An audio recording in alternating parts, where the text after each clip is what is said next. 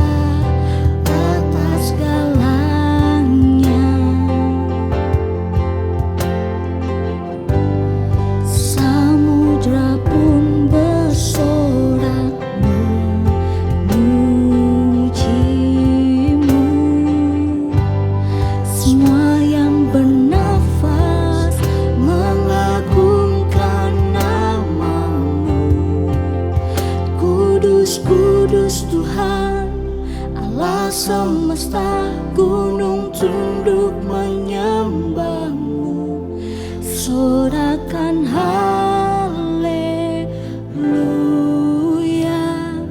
haleluya. Suci, suci Tuhan, Allah semesta, surga bumi meninggikan. Kau Allah yang bertata termulia.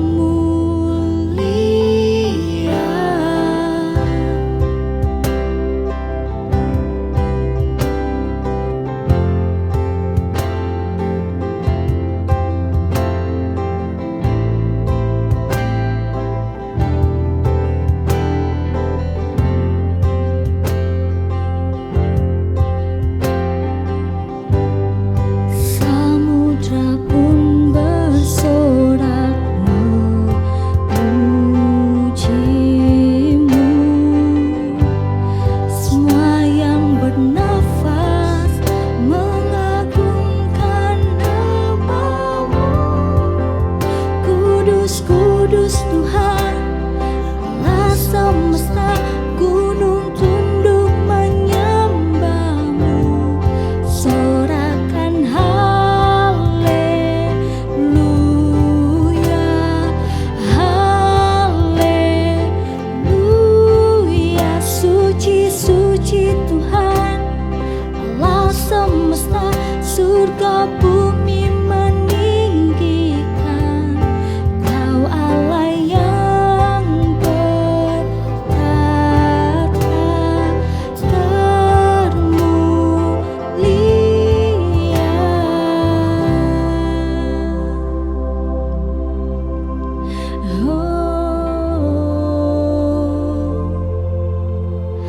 Kau mulia Tuhan, haleluya.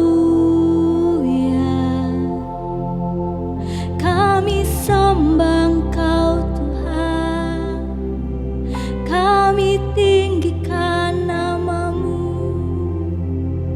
glory bagi-Mu.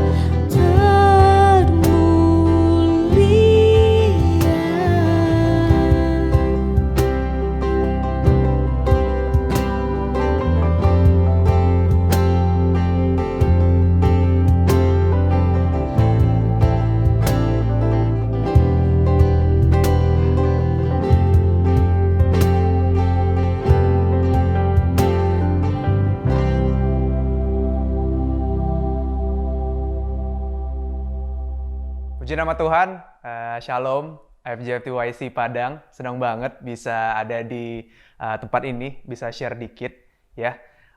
Sebelum kita mulai, yuk kita let's pray dulu ya. Bapak, terima kasih Tuhan buat kesempatan ini yang telah Engkau berikan. Kalau hamba-Mu bisa share sedikit Tuhan melalui kehidupan hamba-Mu Bapak. Aku berdoa Tuhan, mari ini bukan cuma suatu sharing atau khotbah aja Bapak Tuhan, tapi lebih dari itu Bapak. Dan Engkau bisa benar-benar memberkati Tuhan buat anak-anak IFJFTYC Padang yang mendengar Bapak, bisa menjadi satu rema, bisa menjadi satu motivasi dalam kehidupan mereka Tuhan. Aku berdoa biarlah kita sebagai generasi muda, kita bisa enjoy the process of life with you Bapak. Menikmati proses kehidupan bersama Engkau untuk memfulfill Tuhan tujuan, your purpose in our life Bapak. Terima kasih Tuhan buat hari ini. Kami berdoa hanya di dalam nama Yesus Kristus. Amin. Halo teman-teman IFJFTYC Padang semuanya. Thank you so much kalau gue bisa berdiri di sini. What a privilege it is. Pertama-tama gue mau mengucapkan thank you so much buat Tuhan. Kalau gue bisa berdiri di sini, gue bisa share apa yang dia lakuin dalam kehidupan gue. That's such a blessing. Terus juga gue mau thank you juga buat Ko Hendri, buat Ko Ogi, buat semua tim IFJFTYC Padang, buat kesempatan ini ya. What a privilege, what an honor. Satu kesempatan yang luar biasa.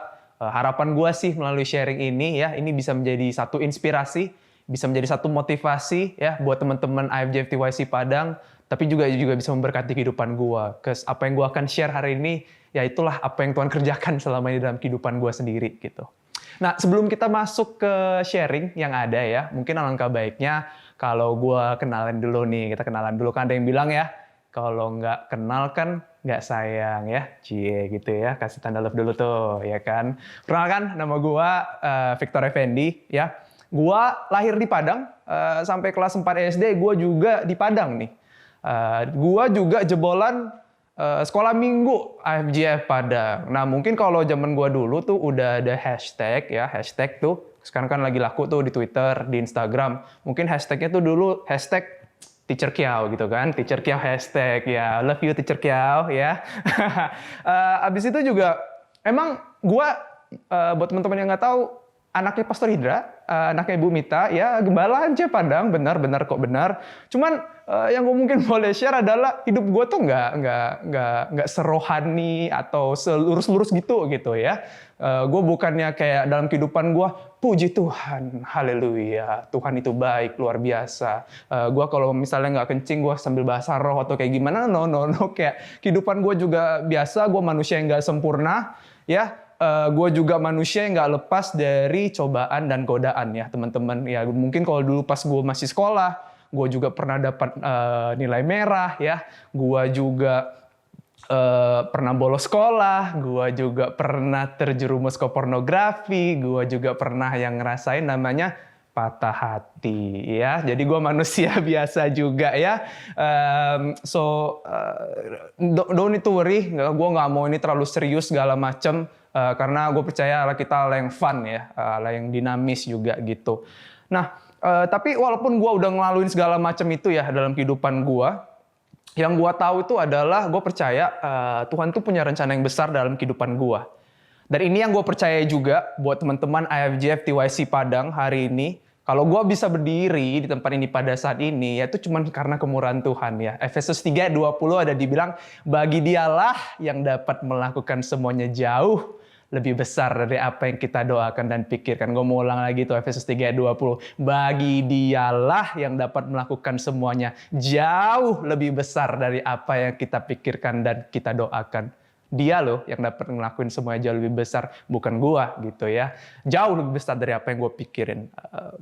Nanti gue akan share lebih detail lagi itu. Nah, hari ini ya daripada gua khotbah ya mungkin gue mau cerita aja sih. Ada 3 hal yang gue mau share mengenai kehidupan gue, apa yang Tuhan kerjakan selama perjalanan kehidupan gue bersama Tuhan. Dan hopefully, again, ini bisa jadi satu inspirasi ya, satu motivasi buat teman-teman IFJFTYC Padang. Nah, yang pertama yang gue mau share itu adalah everything happens for a divine reason.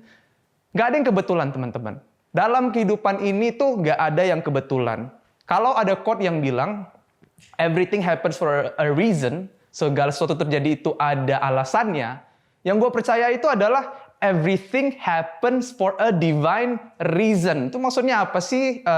Maksudnya itu adalah ada satu purpose, ada satu tujuan ilahi dari Tuhan yang terjadi dalam kehidupan kita, yang kita tuh nggak bakalan bisa selami dengan pikiran kita, dengan kepintaran kita, dengan logika kita. Tapi itu hal yang Tuhan lakuin gitu.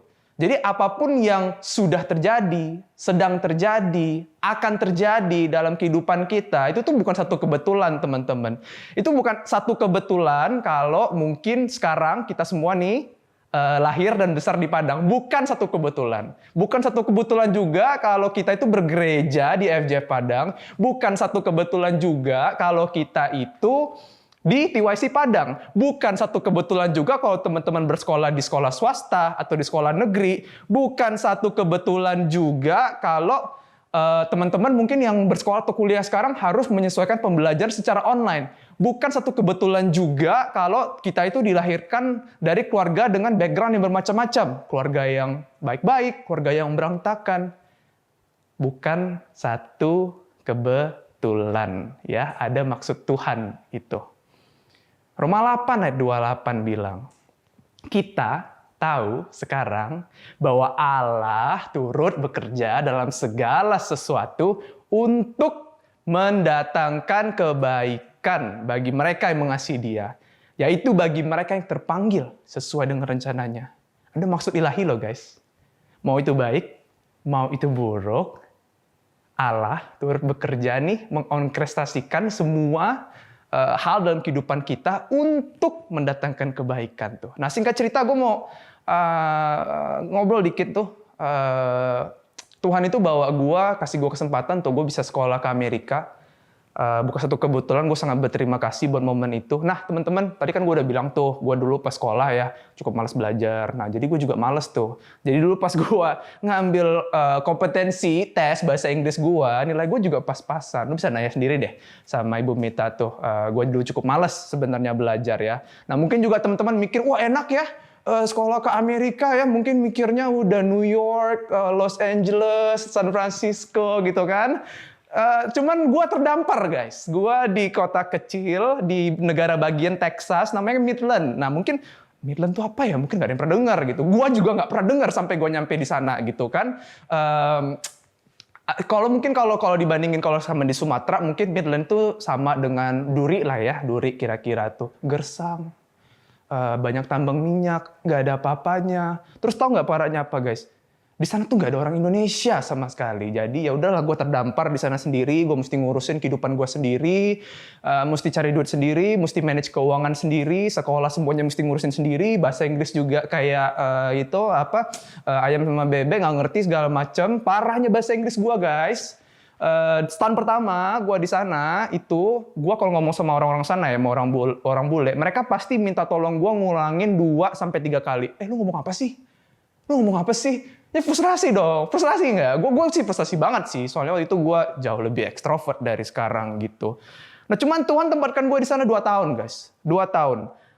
Bayangin aja tuh, semuanya gue mesti ngurus sendiri, keuangan gue mesti ngurus sendiri, gue diceburin dalam-dalam di sana, bahasa Inggris gue nggak bagus, nggak ada orang Indonesia. Bayangin aja tuh, gersang guys. Padang jauh lebih hijau, percaya sama gua, gitu kan. Nah cuman di kota ini, gue bilang tadi ya, everything happens for a divine reason. Ada maksud ilahi dalam Tuhan ini, gue selalu percaya itu. Ada 3 hal yang Tuhan lakuin yang masih berdampak dalam kehidupan gue pada saat ini. Itu yang pertama adalah hubungan personal gue sama Tuhan itu benar-benar bertumbuh di tempat ini. Jadi singkat cerita 1 tahun gue di sana, gue saking tadi gue bilang gue nggak ngerti, gue frustrasi segala macam, susah banget segala macam. Jadi gue setiap hari abis gue kelas, gue balik ke tempat gue kunci kamar gue, yang gue lakuin apa? Gue doa sama I just worship God. Gue doa and just worship God. Men, setiap kali gue abis kayak gitu, gue merasa gue dapat satu kekuatan yang baru, gue dapat satu damai sejahtera yang baru. Dan gue berasa itu satu momen 1 tahun dalam kehidupan gue di mana hubungan gue sama Tuhan tuh benar-benar terbentuk ya dalam 1 tahun itu. That's the first one. Hubungan personal gue sama Tuhan tuh jadi terbentuk banget. Yang kedua, bahasa Inggris gue jadi lancar guys. Gak heran kan? Nggak ada orang Indonesia mau nggak mau, ya lu mau survive lu mesti belajar dong bahasa Inggris gitu. Nah cuman gue belajarnya kayak gimana gitu. Nah ya sorry ya, mungkin gue nggak bermaksud rohani amat. Cuman salah satu medium utama gue untuk belajar bahasa Inggris waktu itu adalah Alkitab gue, guys. Nah, jadi tadi gue bilang kan, gue balik dari kelas tuh gue langsung worship God, gue baca firman. Jadi gue buka Alkitab gue baca tuh keras-keras semua Alkitab dalam bahasa Inggris gue baca. Ada kata-kata yang gue lihat gue ngerti, langsung gue Google, gue cari di kamus, gue pelajarin sampai gue ngerti itu gimana cara pakainya. Nah, terus singkat cerita, gue jadi dalam setahun itu bisa tanda kutip jadi orang yang nggak tahu malu, guys. Dia apa yang maksud gue tuh? Ya udah gue keluar, gue ngomong aja tuh sama orang bule, nggak peduli deh, bodoh amat dia ngerti apa enggak, yang penting gue ngomong aja gitu. Nah, cuman apa sih yang terjadi? Dampak terakhirnya adalah dalam abis 1 tahun itu, gue jadi lancar bahasa Inggris, guys. Lancar gue bahasa Inggris beneran. Again, gue nggak bakalan bisa tahu itu pas gue ngejalanin. Gue baru bisa tahu itu ada maksud Tuhan gue ditempatin ke kota itu setelah gue di sana. Setelah gue 2 tahun di sana. Yang kedua ya, bahasa Inggris gue tuh jadi lancar. Yang ketiga, karakter sama mentalitas gue jadi terbentuk. Ya, gue di sini gue ditempa untuk bertanggung jawab, untuk bisa mandiri, untuk cari duit sendiri, manage keuangan sendiri, manage waktu gue, karena gue nggak cuma sekolah dan kerja, tapi gue juga pelayanan di gereja ya. Bayangin teman-teman, tahu nggak job pertama gue tuh apa? Kerjaan pertama gue, guys, gue jadi tukang potong rumput. Itu gue dikasih kerjaan sama salah satu orang di gereja gitu. Jadi gue ingat banget tuh hari Sabtu, gue datang ke tempat dia. Ya udah, gue sambil panas-panas gue pakai mesin, gue potongin tuh rumputnya tuh. Ya, itu kerjaan pertama gue. Kerjaan kedua gue adalah gue jadi penjaga asrama di kampus. Nah, jadi penjaga asrama ya kerjaan gue make sure tuh anak-anak yang suka pesta-pesta segala macam nggak buat onar di kampus atau di asrama ya. Dan juga kayak gue making sure semua security aman ya, kayak OB lah ya, bisa dibilang kayak gitu lah, bisa dibilang kalau ngomong kasarnya ya. Nah cuman dari situ apa sih guys yang gue pelajari gitu. Mungkin tuh kerjaan kecil ya waktu itu ya. Cuman yang satu gue pelajari, gue setia aja apa yang Tuhan kasih sama gue. Dan gue belajar untuk manage keuangan gue, bertanggung jawab sama waktu gue, dan gue belajar untuk nabung ya. 2 tahun tuh gue belajari. Cuman dari momen-momen sulit seperti itu guys, di manalah kita bisa benar-benar merasakan Tuhan ada sama kita. Dan Tuhan tuh lagi membentuk karakter gue. Jadi gue jadi orang yang secara mental itu kuat, tough, pekerja keras, ulet, bisa nabung, bisa manage keuangan gitu. Ya. Nah puji Tuhan setelah gue 2 tahun di kota ini, gue dikasih kesempatan sama Tuhan, gue pindah ke university lain di Dallas. Dan Tuhan buka jalan untuk gue dapat beasiswa 50% waktu itu. Nah sekarang kalau gue lihat ke belakang nih, gue bersyukur banget kalau gue ngelalui hal-hal itu dan gue bisa dengan percaya diri gue bilang, Tuhan, aku tuh dalam setiap langkahku mengandalkan Engkau Tuhan dalam segala hal. Aku percaya kalau gue bisa ngelaluin itu tuh, yang waktu itu di Midland 2 tahun, itu sulit, pasti gue bisa ngelaluin cobaan-cobaan yang ada dalam kehidupan gue. Dan pasti banyak hal lain yang Engkau mau lakukan dalam kehidupan gue. Ya. Dia yang dapat melakukan jauh lebih besar. Nanti gue bisa cerita lagi yang lain. Nah teman-teman, coba deh sekarang take a moment of reflection ya. Coba kita pikirin baik-baik ke belakang lagi. Apa sih yang sudah atau yang sedang terjadi dalam kehidupan lu saat ini? Mau itu baik, mau itu buruk, bisa nggak kita sama-sama kita deklarasikan dan kita percaya kalau Roma 8 ayat 28 itu ada dalam kehidupan kita. Bahwa Allah turut bekerja dalam segala hal untuk mendatangkan kebaikan bagi kita yang percaya dan panggil sesuai dengan rencananya. Itu yang pertama. Everything happens for a divine reason. Semuanya itu ada maksud ilahi dari Tuhan. Bukan satu kebetulan guys. Poin kedua nih. It's okay to fail. Nggak apa-apa guys, kalau gagal nggak apa-apa, kalau salah. Kenapa? Apa yang gue pelajari dari kegagalan? Yang gue pelajari kegagalan itu adalah justru satu, gue belajar untuk jadi lebih baik lagi. Yang kedua, kegagalan itu membuat gue jadi jauh lebih dekat sama Tuhan gitu loh. Right? Nah masalahnya gini, mungkin gue nggak tahu nih masih terjadi di kehidupan teman-teman atau enggak. Cuman dulu pas gue tumbuh besar nih di Indonesia, Budaya kita itu kalau kita buat salah ya, atau kita ngelakuin sesuatu yang ya kita buat salah lah, atau gagal, dampaknya apa? Gue sih dulu kalau gue buat salah di sekolah, gue pasti diketawain sama teman-teman gue. Atau kalau gue buat salah, gue dimarahin sama guru gue. Dimarahin sama orang tua. There's nothing wrong with that ya. Cuman dampaknya apa? Itu jadi ngebuat gue jadi seseorang yang takut berbuat salah dalam kehidupan gue. Right? Cuman di 1 Korintus 10 ayat 13 dibilang, Tuhan tidak memberikan cobaan yang melebihi kemampuan kita. Dan ada dannya nih, ketika waktu kita dicobai, Tuhan jugalah yang akan memberikan jalan keluar sehingga kita dapat menanggungnya. Wow. Ulangin lagi ya, 1 Korintus 10 ayat 13. Tuhan tidak memberikan cobaan yang melebihi kemampuan kita. Cuman, guys, pada waktu kita dicobai, Tuhan jugalah yang akan memberikan jalan keluar. Jadi kita bisa menanggungnya. Lebih gampang ngomong kan daripada ngelakuin? Benar, gue juga pernah ngomong kayak gitu. Lebih ngomong sih gampang, yang ngelakuin yang susah gitu nih. Gue ada cerita guys, dalam satu kehidupan gue, momen-momen dimana mungkin ini depresi pertama dalam kehidupan gue, adalah pas gue nyari kerja abis gue lulus kuliah. Gue itu tahu karena saking susahnya cari kerja sebagai murid internasional waktu itu di US, 5 bulan sebelum gue lulus, gue itu udah mulai cari kerja. Gue itu udah mulai wawancara. Cuman gak ada kerjaan, gak dapet kerjaan. 2 bulan abis gue lulus, gue masih cari kerja dan gue gak dapet kerjaan juga. Ujung-ujungnya setelah 7 bulan tuh gue lalui, mungkin gue udah ngelewatin lebih dari 20 kali interview guys. 20 kali wawancara. Bayangin tuh, secara mental tuh susahnya gimana. Lu bayangin dulu pas gue interview ya, itu gue harus berpakaian rapi, pakai jas, pakai dasi, mesti persiapan semuanya. Gue semangat nih, interview pertama, interview kedua, interview ketiga, keempat, kelima wawancaranya. Semangat dong, harus semangat dong. Kalau mau dapat kerjaan harus semangat kan, harus persiapan segala macem. Cuma kalau lu udah ditolak terus, interview 5, 6, 7, 8, 9, 10, sampai lu ke 15, udah capek gitu kan. Gue ingat banget ada berapa kali tuh gue, saking gue udah cukup depresnya, gue mau bangun tidur pun gue udah gak ada kekuatan lagi gitu. Even at that point gue sampai di level gue cek akun bank gue udah nol gitu, gak ada duit kan. Gue nggak tahu mesti gimana lagi. Cuman singkat cerita, abis 7 bulan itu di bulan ke-8 gue dapat satu pekerjaan di perusahaan teknologi di Amerika. Gue kerja di sana setahun. Dan singkat cerita itulah sebenarnya salah satu faktor yang ngebuka jalan untuk gue bisa masuk ke perusahaan teknologi di mana gue bisa bekerja di Jakarta selama 3 tahun terakhir ini.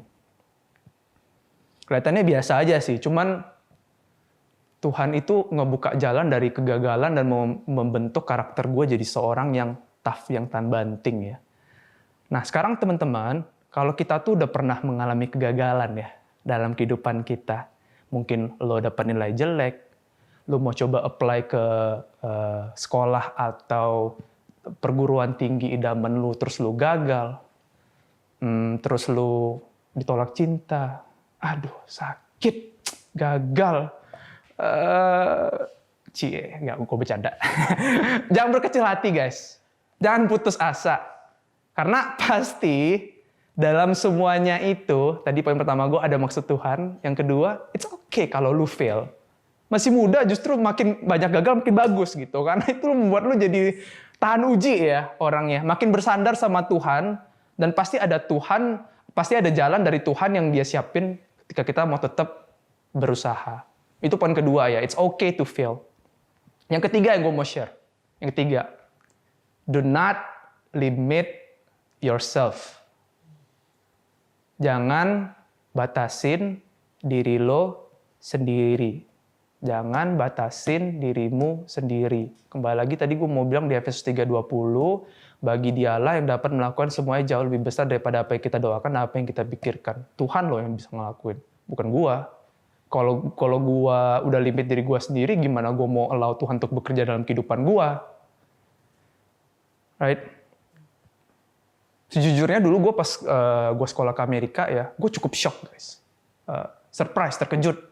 Karena gue lihat ya, wow gila men, orang-orang Amerika, teman-teman gue, jauh lebih percaya diri, jauh lebih mandiri, jauh lebih inisiatif orangnya. Maksudnya apa sih? Percaya diri itu bukan berarti lu jadi orang yang malu-maluin. Percaya diri itu adalah kita tuh jadi orang-orang yang nggak minderan gitu.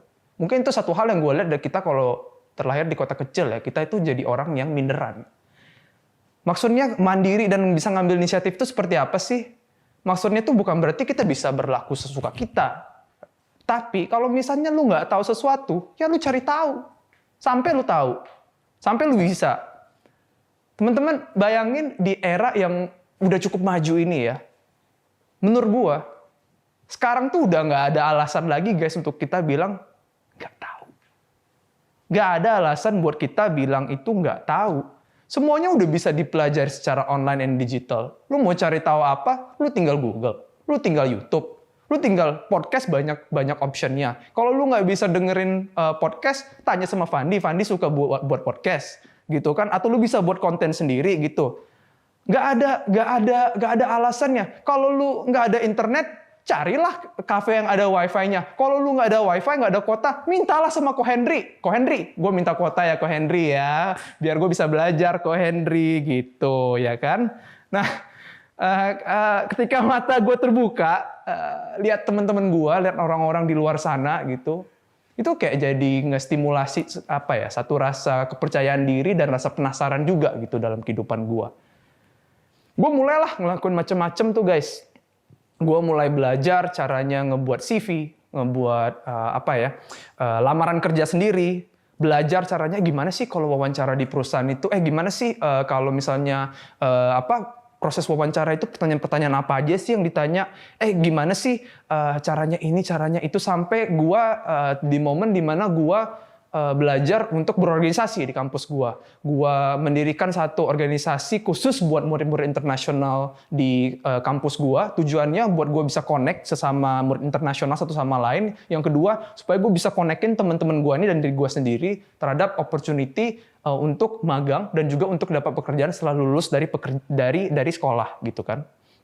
Nah, gua tuh nggak pernah kepikiran guys untuk jadi orang yang berorganisasi, jadi founder satu organisasi atau apapun itulah gitu. Nah cuman ternyata Tuhan bawa gua untuk jadi pendiri organisasi internasional khusus buat murid-murid internasional pertama di kampus gua yang didirikan oleh orang Indonesia dan didirikan oleh orang Padang guys. Orang Padang.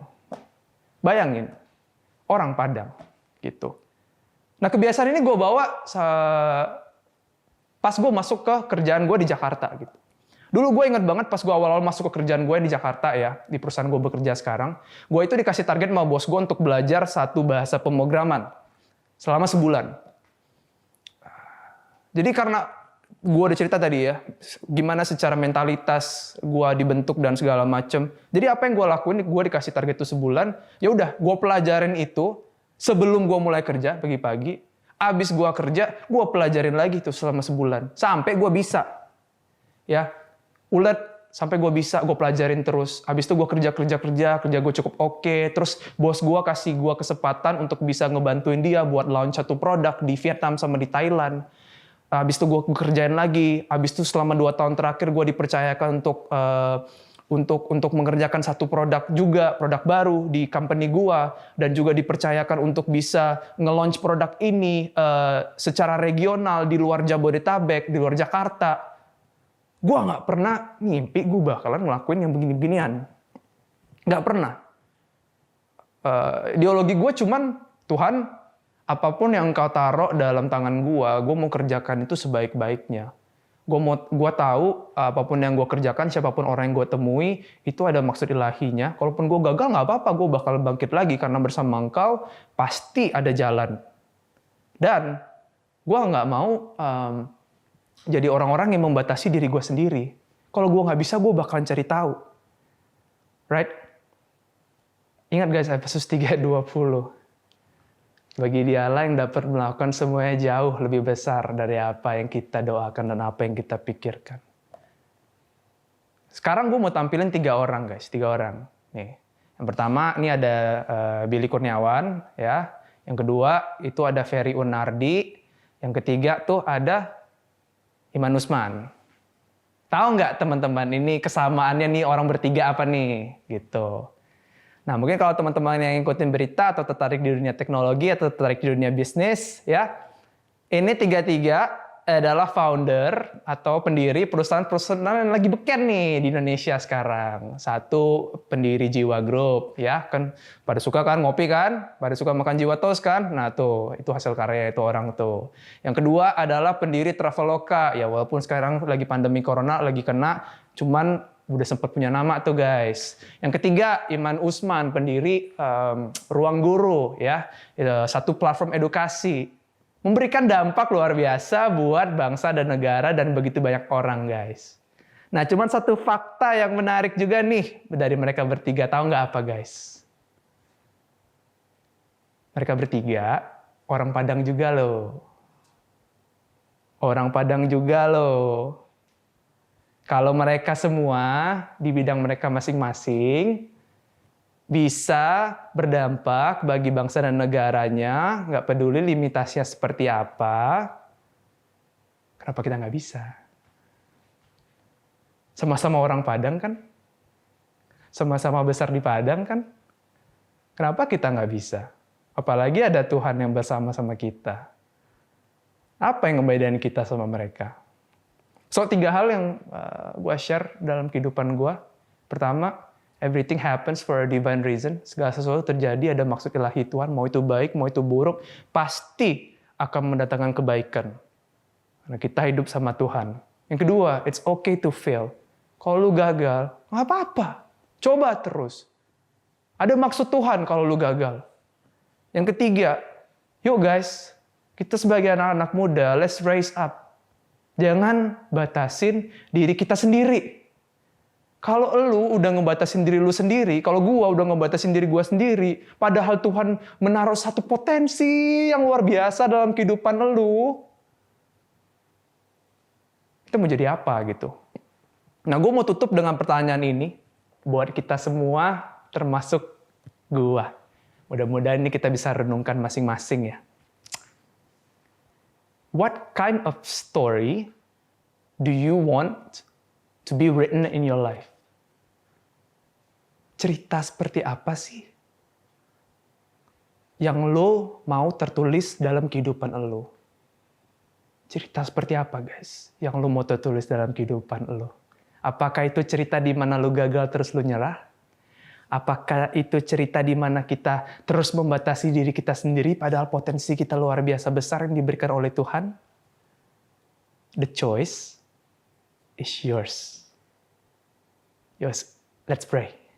Bapak, aku percaya Engkau hadir saat ini, di tempat ini, bersama dengan kami. Terima kasih Tuhan buat kasih setiamu dalam kehidupan kami semuanya. Kami tahu Bapak dan kami yakin Bapak Tuhan, kalau Engkau turut bekerja dalam segala hal untuk mendatangkan kebaikan Bapa. Bagi kami yang dipanggil sesuai dengan rencana yang besar yang Engkau telah taruh dalam kehidupan kami. Karena kami tahu Tuhan, bahwa Engkaulah Tuhan Allah yang dapat melakukan semuanya jauh lebih besar dari apa yang kami pikirkan dan apa yang kami doakan ya Bapa. Lord, help us Bapak Tuhan. Pimpin kami dan tuntun kami Tuhan anak-anak mudamu di IFJ FTYC Padang Bapak Tuhan. Bisa menjadi Tuhan pilar-pilar-Mu Bapak Tuhan. Untuk bangsa dan negara bisa menjadi orang yang berguna bukan cuma buat diri kami sendiri. Tapi Engkau akan pakai Tuhan kami untuk berguna buat banyak orang. Bahkan to the level untuk bangsa dan negara dan level internasional juga Bapak. That's what I believe Bapak. Itulah satu kepercayaanku Bapak Tuhan. Mari that you will raise up the confidence in this place Bapak Tuhan. Engkau akan mengangkat Bapak kepercayaan diri Bapak di tempat ini Bapak. Kami nggak jadi orang yang minder-minderan Bapak Tuhan. Kami nggak membatasi diri kami sendiri. Tapi Tuhan kami nggak mau membatasi Tuhan Engkau, tapi kami Tuhan mau Tuhan dipakai Tuhan sesuai dengan potensi dan purpose yang Engkau taruh dalam kehidupan kami. Apapun itu, di semua sektor Bapak. Oh Tuhan aku berdoa Tuhan mari Tuhan, that you will expose a lot of things to us Bapak dalam kehidupan kami sejak kami muda Bapak Tuhan. Mari Engkau yang pakai setiap kami Bapak Tuhan. Oh Bapak Tuhan, jangan karena kami muda Tuhan, kami merasa minder Bapak, tapi Engkau akan memakai kami secara luar biasa menjadi panah api-Mu Tuhan. Thank you so much Tuhan. Terima kasih buat kasih karunia-Mu dalam kehidupan kami. Thank you Lord Jesus. In Jesus' name we pray. Amen. Saya sangat diberkati dengan firman Tuhan yang sudah dibagikan malam hari ini. Saya berterima kasih kepada AFJ Fresh yang sudah melayani, dan juga kepada Ko Victor Effendi yang sudah membagikan firman Tuhan yang sangat luar biasa kepada kita. Saya menyebut bagi teman-teman yang baru pertama kali hadir di online service malam hari ini, dan saya berharap teman-teman juga dapat mengikuti ibadah kita berikutnya. Sebelum mengakhiri ibadah kita pada malam hari ini, saya akan membagikan beberapa pengumuman. Yang pertama, Sabtu depan tanggal 22 Agustus 2020, kita tetap mengadakan online service di YouTube channelnya IFGF College Padang. Jadi pastikan teman-teman semua sudah follow akun media sosial IFGF TYC Padang. Yang kedua, iCare tetap dilakukan secara online melalui Zoom. Bagi teman-teman yang belum memiliki iCare, silakan menghubungi iCare leader kami. Yang ketiga, besok kita akan mengadakan ibadah Super Sunday di YouTube channelnya IFGF Padang jam 9 pagi. Jadi pastikan teman-teman semua untuk mengikuti ibadah ya. Demikian informasi yang dapat saya sampaikan. Tetap jaga kesehatan. See you next week and God bless you. Memerintah selama